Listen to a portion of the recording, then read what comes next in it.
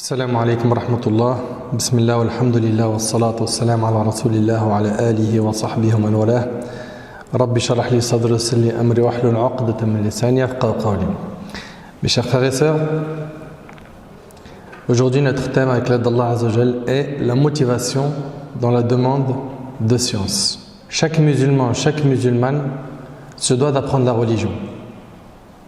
Chacun d'entre nous a besoin de connaître qui est-ce qu'il adore et comment est-ce qu'il doit l'adorer.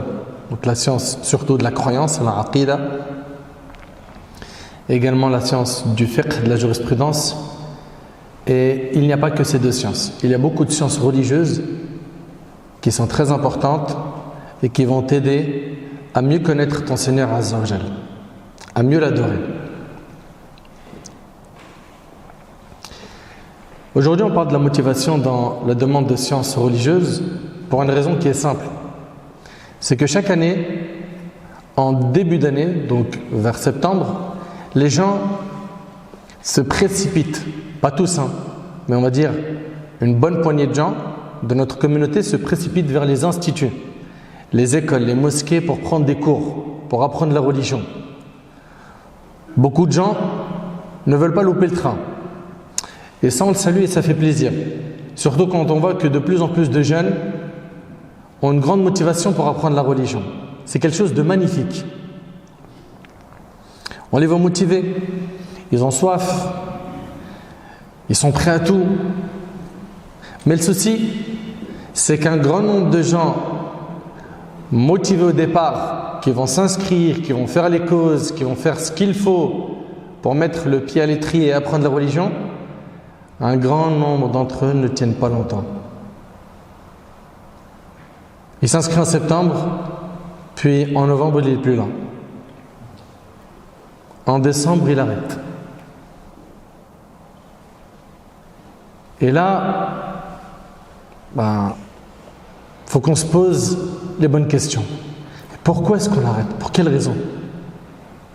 Pourquoi est-ce que notre motivation dans l'apprentissage de la religion, elle ne nous pousse pas à apprendre tant qu'il nous reste encore un souffle de vie?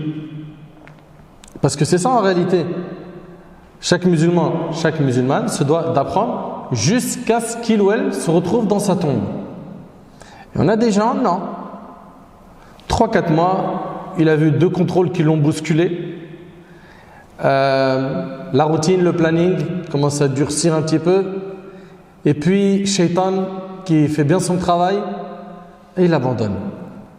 La motivation chez beaucoup de frères et sœurs se perd pour des raisons futiles. Ô toi qui désires apprendre la religion, sache que ce chemin-là, le chemin de talibul ilm, du demandeur de science, c'est un chemin qui demande beaucoup de patience, beaucoup de sacrifices. Tu devras te détacher de ces passions qui t'emprisonnent, qui t'empêchent d'aller vers l'ilm. Et il faudra que tu saches que tu vas rencontrer des difficultés dans ton chemin, dans le chemin de l'apprentissage. Tu vas rencontrer des contrôles, des fois des paroles qui vont faire mal à ton ego de la part de ton enseignant. Il va falloir que tu sois patient, que tu sois solide. Chaque objectif, pour qu'on le réalise, il nous faut quoi? De la patience. Allah tabaraka wa ta'ala nous dit dans le Coran wa bashshiri sabirin, et fais la bonne annonce aux endurants. Et quand tu demandes aux gens, mais pourquoi est-ce que vous avez arrêté? Pourquoi tu as arrêté d'apprendre la religion? Tu étais bien, tu as trouvé un prof, tu as trouvé une école, tu as trouvé un shir, il y avait un imam qui te suivait, un demandeur de science. Pourquoi? Et là on va entendre plein de réponses, et à chaque réponse vous allez entendre un paquet d'histoires. D'histoires de qui? De nos ancêtres, rahimahumullah, les pieux prédécesseurs.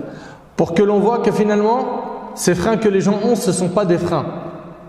Ce sont des faux prétextes. Certains vont dire, moi c'est la pauvreté, j'ai pas les moyens pour étudier. Moi j'aimerais voyager, rencontrer des savants. J'ai pas d'argent, je peux pas faire ça. Un autre va dire, moi j'ai pas l'argent pour acheter les livres.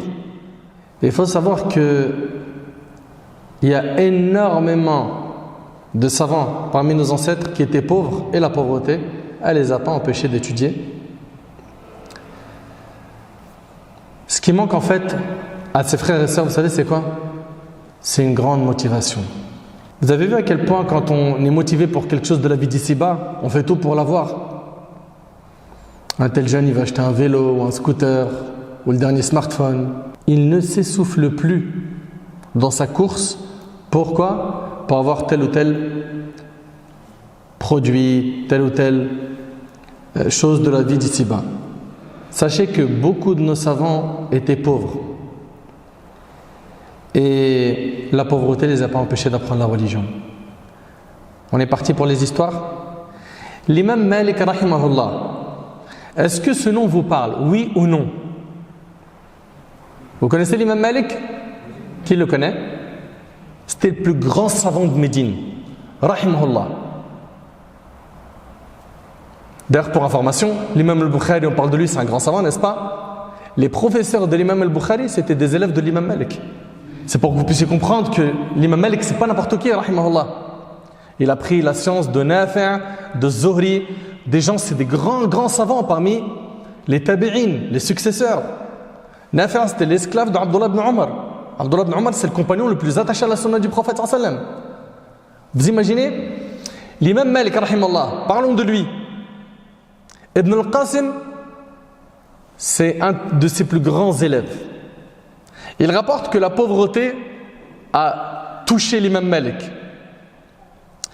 Il n'avait tellement pas d'argent pour demander la science, vous savez ce qu'il a fini par faire? Il a vendu les planches, écoutez bien, de bois qui constituaient le toit de sa maison. On peut s'arrêter, on réfléchit un petit peu, on médite. L'imam Malik, plus grand savant de Médine, il dort avec une maison sans toit. Il a vendu les planches de bois. Pourquoi? Pour apprendre la religion. Non mais quand on écoute ça et on voit de l'autre côté que certains de nos parents ils nous poussent, ils nous payent des cursus scolaires dans des écoles musulmanes sérieuses, dans des madrasas, et que nous on ne fait même pas l'effort, le nécessaire pour apprendre la religion, il faut se poser des questions. Il y a un réel problème. Eux ils ont sacrifié leur vie pour la science. Allahu Akbar. Yahya ibn Ma'in, rahimahullah, l'un des grands savants dans la science du hadith. Son père lui avait laissé comme héritage, comme il est rapporté dans les livres de biographie, alf dirham. Alf, ça veut dire 1000 fois 1000. Ça donne combien? Il y en a, il a dit 2000. 1000 fois 1000, ça fait 2000. 1000 fois 1000, ça fait 5000. Mais, ouais. 1 million, barakallahu fik. Oh, heureusement. Bon, ça va. On a au moins un frère, il est parti à l'école. Vous imaginez un peu? Son père, il lui laisse 1 million de dirhams. Cet homme, il est extraordinaire. Il a dépensé son héritage dans la demande de science au point où il marchait pieds nus, car il n'avait plus d'argent pour acheter des chaussures. Subhanallah. Il a tout dépensé pour l'ilm. Ibrahim al-Harbi, il vécut dans la pauvreté totale et il n'a jamais tendu sa main. Et ça, c'était quelque chose qui était un trait de caractère chez nos ancêtres. Ils ne tendaient pas la main. Il n'y avait pas de mendicité dans leur vie. Ils se débrouillaient seuls. Cet homme a tout sacrifié pour la science au point où sa femme lui a dit « Nos enfants meurent de faim. Que vais-je leur donner à manger ?» Il arrivait que ses enfants restent 2 jours sans manger car cet homme, il avait tout sacrifié pour l'ilm, la science. Sa femme lui demanda « Dois-je leur donner à manger tes livres et tes feuilles ?» Il répondit « Patiente, Allah va nous apporter sa délivrance. » Le soir même, une personne frappa à la porte. Il ouvre la porte et s'aperçoit que c'est un homme qui avait une monture et que sur cette monture, il avait tout type de vêtements, de nourriture, de richesse. Cet homme lui dit « L'émir m'a envoyé vers toi et il m'a dit envoie toutes ces choses à cet homme pieux afin qu'il puisse continuer à demander la science. » Ibrahim al-Harbi regarda sa femme et dit tu vois, je t'avais dit qu'Allah allait nous secourir. Subhanallah. L'imam Ahmad rahimahullah. Qui connaît l'imam Ahmad? Levez la main. Ok. Il a étudié chez qui? Un professeur très connu parmi les 4 écoles. Je vous ai donné un indice. Oui. L'imam Shafi'i, barakallahu fik. Très bien. L'imam Ahmad, rahimahullah, il a étudié chez l'imam Shafi'i. D'accord? L'imam Ahmad, rahimahullah, lorsqu'il était en Irak, à Koufa, pour demander la science, il n'avait pas les moyens d'acheter un coussin pour dormir dessus. Il rapporte qu'il dormait sur une pierre et dans une version, une brique. C'est quoi son coussin? Une pierre, dans une version, c'est une brique. Allahu Akbar. Vous savez combien il connaissait de hadith, l'imam Ahmad? Il en connaissait 1 million. L'imam Ahmad, il connaissait 1 million de hadiths, rahimahullah. Cet homme-là n'avait pas les moyens d'acheter un coussin. Il a tout sacrifié pour la science. Et j'aimerais que l'on enracine dans nos cœurs, que la pauvreté n'est pas un obstacle pour apprendre la religion. Allah tabarak wa ta'ala t'accordera bi'idhnillah la science, même si tu es quelqu'un qui n'a pas forcément les moyens. Si tu es motivé, tu crains Allah, Allah ta'ala il va te faciliter une issue favorable. Et je m'adresse à toutes les personnes qui vont par la suite visionner cette vidéo, que ce soit des parents, pères, mères ou des jeunes. Boostez-vous s'il vous plaît. Boostez-vous pour apprendre la religion. Soyez toujours motivés, ne baissez pas les bras. Et que cette dunya ne vous ronge pas. Selon Anas radiyallahu anhu, le prophète alayhi salatu wassalam a dit: 2 catégories de soucieux ne seront jamais rassasiés. Un soucieux de science et un soucieux de la vie d'ici-bas, rapporté par l'imam al-Hakim. Tu fais partie de quel type de soucieux? Donc on se motive. Ok? Et pour cela, je vous ai dit, je le répète, il nous faut des histoires motivantes. Commençons par notre prophète Moussa alayhi salam. Vous connaissez le prophète Moussa alayhi salam? Citez-moi un parmi les miracles qu'il a connus. Ouais. La mer qui s'est séparée en plusieurs chemins quand il y avait Pharaon derrière lui. Très bien. Moussa alayhi salam, il a suivi Al-Khidr. C'était un prophète. C'est l'opinion, en tout cas que je partage parce qu'il y a divergence sur le sujet.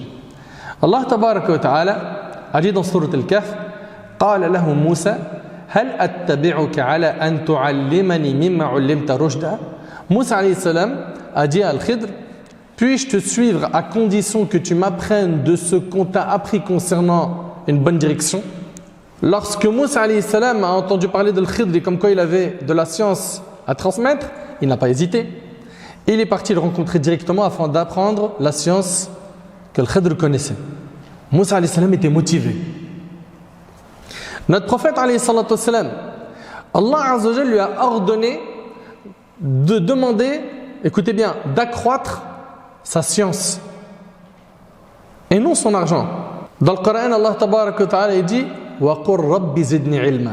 Dis: ô mon Seigneur, accrois mes connaissances. Il n'a pas demandé d'accroître son argent, accroître ses connaissances. Quant à Omar radiallahu anhu, il avait un voisin parmi les Ansar qui travaillait avec lui. Omar a dit à son voisin: un jour je travaille et toi tu vas demander la science auprès du prophète, et après tu m'en informes, et un jour tu travailles et moi je demande la science et à mon retour je t'informerai de ce qu'a dit le prophète. Omar l'a dit: de cette manière on aura appris la science sans que le travail ne soit touché. Abdullah ibn Abbas, oh là là là là, un vrai exemple, un modèle pour nos jeunes, radiyallahu anhuma. Un océan de savoir. Le prophète avait fait à Abdullah ibn Abbas une invocation particulière en disant: Allahumma, écoutez bien, Allahumma, j'ai entendu, faqihhu fi din wa allimhu ta'wil. Oh Allah, accorde-lui la compréhension de la religion et la science de l'interprétation. Ça c'est la dua du prophète pour qui? Abdullah ibn Abbas. Mais vous vous imaginez un peu? Et ce compagnon fait partie des plus savants de son époque. Ibn Abbas, après la mort du prophète, dit à un de ses voisins parmi les Ansar. Les Ansar, c'est les musulmans de Médine. Regardez ce que Ibn Abbas dit à un de ses voisins. Écoutez bien, s'il vous plaît. Il lui dit: viens, on va demander la science auprès des compagnons du prophète, car aujourd'hui ils sont nombreux et demain ils le seront peut-être pas, n'est-ce pas? Demain, ils vont mourir, ils ne seront plus de ce monde. Le voisin refusa de demander la science. Quant à Ibn Abbas, il a dit, j'ai demandé la science auprès de tous ceux qui étaient encore en vie. J'ai pris la science de Zayd ibn Thabit et d'un tel et un tel. Et il continua ainsi jusqu'à ce qu'un grand nombre de compagnons décèdent. Il était très motivé. Le voisin d'Ibn Abbas m'a dit, j'ai vu Ibn Abbas devenir une source de science après la mort des compagnons au point où les gens venaient de partout le questionner. Et à ce moment-là, je me suis dit, Ibn Abbas a été plus sage que moi. Si seulement j'avais fait comme lui. Si seulement j'avais fait comme lui. Mu'adh ibn Jabal radiyallahu anhu était le plus savant des compagnons en matière de halal et de haram. Vous savez à quel âge il est mort? À 33 ans, il était jeune. Abu Hurayra radiyallahu anhu. Alors lui, subhanallah, il est vraiment exceptionnel. Ce compagnon, il s'est converti à l'islam 4 ans avant la mort du prophète sallallahu alayhi wa sallam. Vous méditez un peu? 4 ans avant la mort du prophète sallallahu alayhi wa sallam. C'est-à-dire quoi? La révélation, le prophète il l'a connue pendant combien d'années? Allô? 13 ans à Mecca, 10 ans à Médine, n'est-ce pas? 23 ans. Lui, il a connu le prophète que 4 ans avant sa mort. Ça veut dire, il avait des trains de retard comparé à d'autres compagnons qui étaient parmi les premiers à se convertir à l'islam. Oui ou non? Très bien. Eh bien, bien qu'il ait eu beaucoup de retard, il a été le plus savant des compagnons en matière de hadith. Personne ne connaissait autant de hadith. Hadith, c'est les paroles du prophète sallallahu alayhi wa sallam. Personne ne connaissait autant de hadith que lui. Pas même Aïcha, l'épouse du prophète alayhi salatu wassalam. Subhanallah. Les grands compagnons, tels que Abdullah ibn Omar, lui, il a rapporté 2630 hadiths. Vous suivez? Ibn Abbas, 1660. Jabir ibn Abdullah, 1540. Anas ibn Malik, vous connaissez le compagnon Anas, radiyallahu anhu, 2286 hadiths. Aïcha, radiyallahu anha, la femme du prophète, 2210. Donc là, pour l'instant, le maximum qu'on a, c'est quoi? Ibn Omar, 2600. D'accord? Abu Sa'id al-Khudri, 1170 hadiths. Et Abu Hurayra, en seulement 4 ans, il en connaissait 5374. Et ici, c'est un message à tous ceux qui, parmi nous, se disent, ah mais moi, t'as vu, j'ai envie de commencer et tout, d'apprendre la religion, mais je ne sais pas par où commencer. Puis je vois les gens, ils sont trop loin devant moi. Je vois les gens devant moi, ils sont trop loin devant. Je ne sais pas si je vais réussir à comprendre comme eux, à apprendre comme eux. Avance, sois sincère, sois motivé, sois constant. Demande à Allah. Et garde en tête qu'Allah tabaraka ta'ala peut t'accorder beaucoup de ilm. Subhanallah. Jabir ibn Abdullah radiyallahu anhu, ce compagnon. Jabir ibn Abdullah radiyallahu anhu, il a rapporté 1540 hadiths. Il vivait à Médine et se rend fi Sham afin d'apprendre de Abdullah ibn Unais un seul hadith. Pas une centaine de hadiths, mais un seul. Il a entendu qu'Abdullah ibn Unais avait entendu un hadith du prophète qu'il ne connaissait pas. Alors il a pris son chameau, sa monture, et il voyagea pendant longtemps pour un hadith. Une fois arrivé à destination, il prit le hadith qu'il voulait et s'en alla. Parmi les compagnons, on a aussi Abu Ayyub al-Ansari, radiyallahu anhu. Il était très motivé dans la demande de sciences religieuses. Il se rend en Égypte pour rencontrer Uqba ibn Amir, car il avait entendu que ce dernier connaissait un hadith qu'il ne connaissait pas.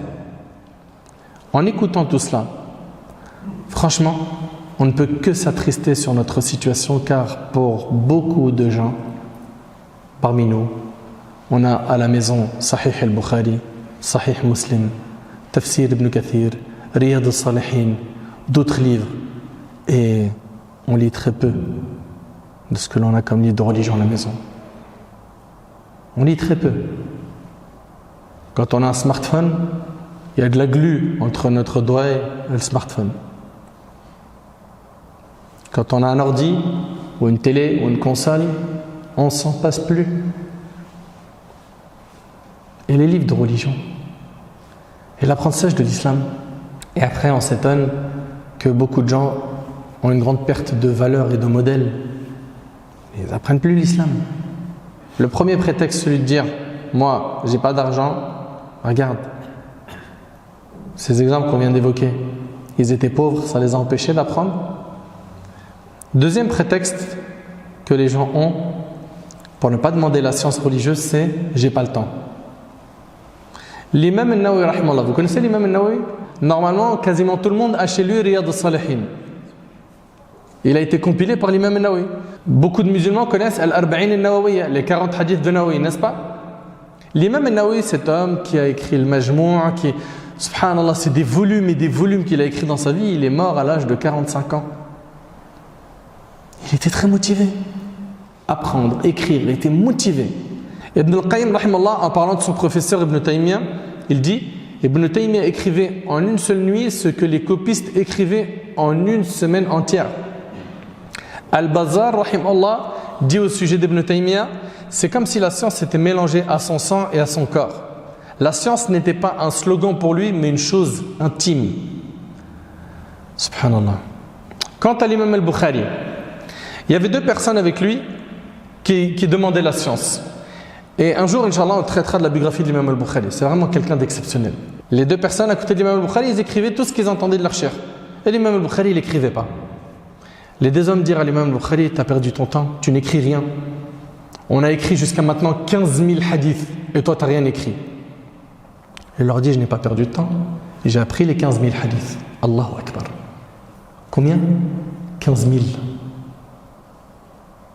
Subhanallah. Et il leur a récité tous les hadiths avec leur chaîne de transmission. Sahih al-Bukhari, c'est le livre le plus authentique après le Coran. L'imam Abu al-Wafa al-Hanbali, il disait, pour moi il est interdit de perdre un instant de ma vie. Et quand j'arrive à un stade où je suis en train de lire et écrire et que je n'y arrive plus et que je suis épuisé, je me repose tout en réfléchissant sur ce que je vais écrire par la suite. C'est-à-dire même quand il se repose, il réfléchit, je vais écrire quoi après? Sa réflexion ne se reposait pas. Il ne perdait pas une seconde. Toi aussi ne perds pas une seconde. Lis, pense, cherche, écris. Cet homme, quand il mangeait, il disait à sa femme, quand tu ramènes le repas, la soupe, le pain, mélange le pain à cette soupe et amène-le moi.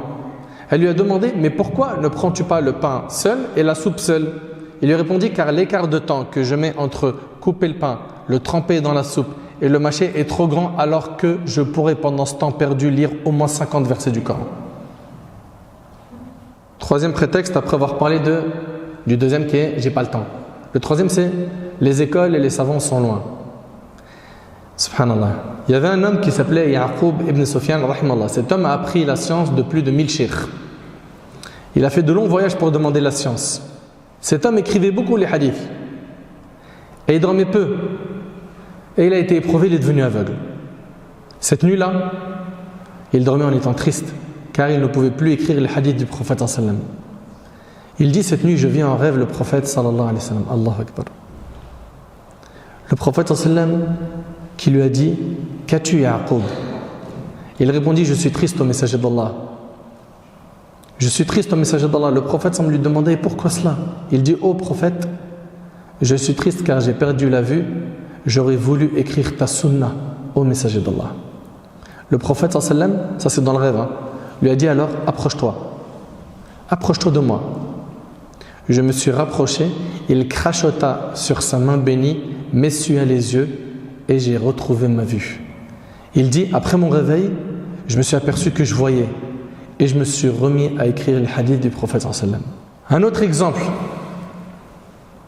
d'un parmi nos ancêtres très motivé dans l'apprentissage de la religion, c'est Baqi ibn Makhlad. C'est un grand savant qui était en Andalousie. L'imam Ahmad, rahimahullah, il avait été torturé car il ne disait pas comme les gens de son époque que le Coran est créé. Et il était le seul à dire que le Coran c'est la parole d'Allah. Pendant ce temps, Baqi ibn Makhlad, il avait pris la direction de l'Irak afin de retrouver l'imam Ahmad et de demander la science auprès de lui. Lorsqu'il arrive en Irak, il demande où est-ce que je peux trouver l'imam Ahmad. On lui indiqua où est-ce qu'il pouvait le trouver. Il frappe à la porte de l'imam. L'imam Ahmad lui demanda, que veux-tu? Et il lui dit, je suis venu à toi afin d'apprendre la science. Et il lui a dit, en ce moment je vis une épreuve dure et on m'a interdit de donner des cours. L'imam Ahmad, il dit à Baqi ibn Makhlad qui est venu de loin. De loin, il est venu jusqu'à chez l'imam Ahmad en Irak. L'imam Ahmed lui a dit, en ce moment, je suis dans une épreuve, je ne peux pas t'enseigner, je ne peux pas donner cours. L'homme, il n'a pas accepté. Il était tellement motivé, subhanallah, qu'ils ont trouvé un compromis. C'est quoi? L'homme, il lui a dit, je vais venir te voir chaque jour comme si j'étais un mendiant. C'est-à-dire, je vais venir mendier. Je vais taper à ta porte, fais-moi rentrer, apprends-moi un hadith et je sors. Je ne sais pas si vous imaginez un petit peu, subhanallah. Wallah al-azim, c'est impressionnant.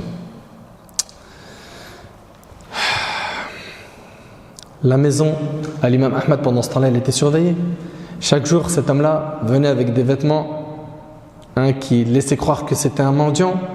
Chaque jour, cet homme se faisait passer pour un mendiant. Il allait voir l'imam Ahmad, il apprenait de lui et il partait. Plus tard, lorsque l'épreuve de l'imam Ahmad prit fin, l'imam Ahmad rapprochait Baqi ibn Makhlad de lui et il disait dans ses assemblées, cet homme est un vrai demandeur de science. Dans le dur, il a voulu apprendre. C'était compliqué, il a dit j'apprends, je lâche pas l'affaire. Subhanallah. Aujourd'hui, quel prétexte on a aujourd'hui? Aujourd'hui, tu vas apprendre la religion, que ce soit en présentiel ou en ligne. Alhamdulillah, il y a ce qu'il faut. Il y a ce qu'il faut. Ce qui manque, c'est ta motivation. Ce qui manque, c'est que tu te dises jusqu'à quand je vais vivre dans cette ignorance. Subhanallah. Quatrième prétexte aux causes de perte de motivation, la fainéantise. L'imam Ibn al-Jawzi, rahimahullah, son neveu a dit de lui, j'ai entendu mon grand-père dire qu'il a écrit de ses deux doigts 2000 livres avec la plume et l'encre. Il a écrit 2000 livres avec la plume et l'encre. La plume et l'encre. C'est pas facile. 2000 livres. On a lu combien de livres? On ne va pas dire que ce qu'on a écrit. Combien de livres on a lu? Combien de livres on a étudié du début à la fin? Et qu'on maîtrise? Subhanallah. Hisham ibn Ammar, c'était l'un des cheikhs de l'imam al-Bukhari. Il arrive à Médine et il demande où est la maison de l'imam Malik. On lui montre la maison de l'imam Malik. L'imam Malik, il lui dit, que veux-tu? Il lui dit, enseigne-moi des hadiths du prophète sallam. L'imam Malik lui dit, va à la mosquée, attends-moi là-bas. Hisham ibn Ammar, il lui dit, non, je veux que tu m'enseignes maintenant. L'imam Malik lui a dit, je ne peux pas. L'homme, il ne voulait rien savoir. Il a insisté au point où l'imam Malik a dit à un de ses hommes, prends cet homme et mets-lui 15 coups de bâton. D'accord? Pour lui apprendre le respect. C'est pas comme ça. Hisham ibn Ammar lui a dit, est-ce que c'est de cette manière que tu m'accueilles alors que j'ai fait un long voyage pour apprendre les paroles du prophète sallam? Il lui en a voulu. L'imam Malik lui a dit, après que son cœur a été adouci, comment veux-tu que je répare ça? Il lui a dit, combien de coups de bâton tu m'as mis? Il lui a dit 15. Il lui a dit, ce que je veux, afin que tu sois pardonné, c'est que pour chaque coup que tu m'as mis, tu m'apprends un hadith. Ça fait combien de hadiths? 15. L'imam Malik, rahimahullah, il lui a enseigné 15 hadiths. Une fois terminé, l'homme lui a dit, frappe-moi encore et rajoute des hadiths. Subhanallah, c'est ajib, wallah.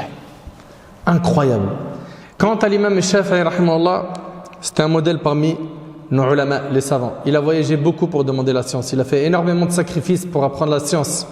Cet homme, l'imam al-Dhahabi, rahimahullah, a dit de lui dans Sir A'lam al-Nubala qu'il était Nasir al-Sunnah, le défenseur de la Sunna. Cet homme, c'était un faqih, un spécialiste dans la jurisprudence islamique, un pieux, un grand savant. Al-Shafi'i. Ibn Abi Hatim dit, j'ai entendu Al-Muzani, qui est le plus grand élève de Shafi'i, dire, écoutez bien, on questionna l'imam Shafi'i, comment est ton envie pour la recherche de la science? Comment est ton envie pour la recherche de la science? Il a dit, j'entends exactement des mots que je n'avais pas entendus auparavant et mes membres auraient espéré avoir des oreilles afin d'en jouir autant qu'en jouissent mes oreilles. Subhanallah. Il aurait aimé que ses membres aient des oreilles. Pourquoi? Pour que tout son corps puisse savourer la science qu'il est en train d'apprendre. On lui a dit ensuite, et comment est ton attention, ton désir pour la science? Il dit, tel un avare inquiet qui désire l'argent. On lui a dit enfin, et comment recherches-tu la science? Il répondit, telle la recherche d'une femme qui a perdu son enfant et qui n'en a pas d'autre à part lui. Allahu Akbar. Subhanallah. L'imam Zahabi et d'autres savants disent que lorsque sa mère tomba enceinte de lui, elle vit en rêve un astre sortir de sa partie intime, atterrissant en Égypte et illuminant le monde. Et il en fut ainsi. L'imam Shafi'i vécut une partie de sa vie en Égypte et mourra en Égypte, lui qui est né à Gaza. Subhanallah. De même que cet astre qui illumina le monde n'est rien d'autre que son savoir qui effectivement illumina le monde. Subhanallah, on est dans la région parisienne. 1000 ans plus tard, on parle encore de l'imam Shafi'i. Rahimahullah. Voyons ensemble la motivation de l'imam Shafi'i. Cet homme n'a pas connu son père. Il est mort avant sa naissance. Le père de Shafi'i est mort avant sa naissance. Il grandit donc aux côtés de sa mère. Donc là, dès le début, on voit que cet homme a grandi orphelin. Et il était pauvre. Son père ne lui avait rien laissé en héritage. Donc une personne qui est orpheline ou pauvre, pareil, sache que tu n'as pas d'excuse. Tu peux apprendre la religion. Elle est où ta motivation? Elle est où ta volonté? Quelle cause as-tu fait pour apprendre, évoluer? Donc cet homme était pauvre au point où lorsque sa mère l'emmenait chez les Kuttab, les professeurs, elle n'avait pas d'argent pour les payer. Cette mère ne possédait pas d'argent ni de nourriture. L'imam Shafi'i dit, mon professeur se contentait de mon aide envers ses autres élèves. Je les suivais, leur faisais apprendre et cela compensait la somme qu'il devait à son professeur. J'insiste qu'il a grandi et vécu dans la pauvreté, mais cela ne l'a pas empêché d'apprendre la religion. Mais cela ne l'a pas empêché d'apprendre la science. Al-Shafi'i rahimahullah, il raconte que la première chose qu'il a apprise à la Mecque fut le tir à l'arc. Le tir à l'arc. Ce n'était pas pour s'amuser, mais pour être prêt en cas de guerre à combattre et à sauver les siens. Lorsqu'il jetait ses flèches sur ses cibles, il n'en ratait qu'une sur 10. Donc il excelle dans les tirs à l'arc. Sa mère le pousse dans les sciences religieuses et il apprend le Coran rapidement, alors qu'il n'a que 7 ans. L'imam al-Zahabi est de l'opinion qu'il a appris le Muwatta de l'imam Malik à l'âge de 23 ans. Et dans une autre version, on a qu'il l'a appris à l'âge de 10 ans. Le Muwatta, ce livre où il y a environ 2000 hadiths. Subhanallah. Il a donc appris le Coran par cœur à l'âge de 7 ans. Allah Azza wa Jal donna à l'imam Shafi'i le don d'apprendre très vite au point où lorsqu'il écoutait une chose une fois, il l'apprenait. Il raconte lui-même, l'imam Shafi'i, que son professeur dictait à ses élèves, dont il en faisait partie, les sourates de Coran afin qu'ils les écrivent sur quoi? Sur des tablettes. Et qu'ils les apprennent une fois rentrés chez eux. L'imam Shafi'i a juré en disant, j'apprenais chaque verset que mon professeur me dictait en l'écrivant dès la première fois. Allahu Akbar. Cela veut dire que, supposons le professeur il dit Alhaakumut takathur, ça y est, c'est enregistré. Hatta zurtumul maqabir, c'est enregistré. C'est impressionnant. Une fois que le cheikh avait terminé de leur dicter une sourate, il leur disait c'est à apprendre pour la prochaine fois. L'imam Shafi'i, pour lui, c'était déjà réglé. Il avait déjà appris. Après avoir terminé l'apprentissage du Coran, il demanda qu'on lui indique ce qu'il fallait apprendre d'autre. On lui a dit il n'y a pas mieux que d'apprendre l'histoire des Arabes, la poésie. Il demanda quelle est la meilleure tribu qui puisse m'enseigner ces sciences. On lui répondit la tribu de Hudayl. Il voyagea en direction de la tribu de Hudayl. Il resta dans cette tribu jusqu'à apprendre l'histoire et 10 000 vers de poésie. Aujourd'hui, quelqu'un qui apprend 500 vers de poésie, on dit que c'est énorme. Il maîtrisa parfaitement la langue arabe. Personne ne rivalisait avec lui. Très compétent, maîtrise le Coran. Et à l'âge de 14 ans, c'était déjà quelqu'un qui avait un bon bagage. Pendant qu'il marchait avec un de ses cousins, son cousin lui dit « Allah t'a donné une bonne mémoire par laquelle tu as appris beaucoup, alors que tu es encore jeune. » Il a dit « Pourquoi n'irais-tu pas prendre la science du savant de notre époque ?» C'est le cousin qui dit ça à Shafi'i, rahimallah. L'imam Shafi'i lui a dit « Qui est cet homme, le savant de notre époque ?» Il lui a dit « Le savant de notre époque est l'imam Malik. » L'imam Shafi'i lui demanda quel est son ouvrage. Son cousin lui a dit il a écrit le Muwatta. Et attention, le Muwatta, c'est un livre qui regroupe les hadiths du prophète, les paroles des compagnons, les fatwas de l'imam Malik, des paroles de tabi'in, etc. L'imam Shafi'i demanda ce livre et il est rapporté qu'il l'a pris en 9 jours, voire en 12 jours. Le Muwatta de l'imam Malik. Vous entendez? On vous a dit environ 2000 hadiths. Subhanallah. Donc l'imam Shafi'i voyage et il part en direction de Médine. D'accord? Il arrive à Médine, l'imam Shafi'i s'adresse à l'imam Malik directement. C'est le premier contact entre eux deux. N'oubliez pas, l'imam Malik, c'était le professeur de Shafi'i rahimahullah. Mais regardez le premier contact. Il lui a dit: oh cheikh, je suis un jeune Muttalibi. C'est-à-dire qu'il fait partie de la descendance du prophète sallam. Et je suis venu afin d'apprendre de ta part les hadiths du prophète sallam. L'imam Shafi'i dit: il me regarda et mes paroles lui plurent. Et il me dit: mon enfant vient demain. Puis le lendemain, l'imam Shafi'i raconte: je me suis rendu au cours de l'imam Malik, puis il me demanda de lire al-Muwatta. Je me mis à lire jusqu'à ce qu'il m'a dit: mon enfant, je vois qu'Allah a illuminé ton cœur par la science, n'éteins pas cette lumière par les ténèbres des péchés. L'imam Malik, il l'a scanné, il l'a analysé rapidement comme un médecin, subhanallah. Et il lui a dit: je vois qu'Allah a illuminé ton cœur par la science, n'éteins pas cette lumière par les ténèbres des péchés. 5e cause de perte de motivation, c'est les péchés.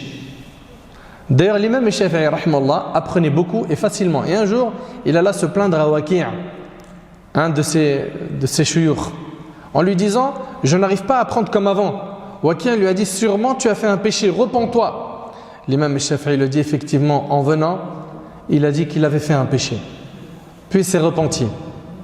Et écoutez bien, il y a même eu des vers de poésie qui ont été dits sur cette histoire. Je me suis plaint à Waki' de ma mauvaise mémorisation et il m'orienta vers le délaissement des péchés.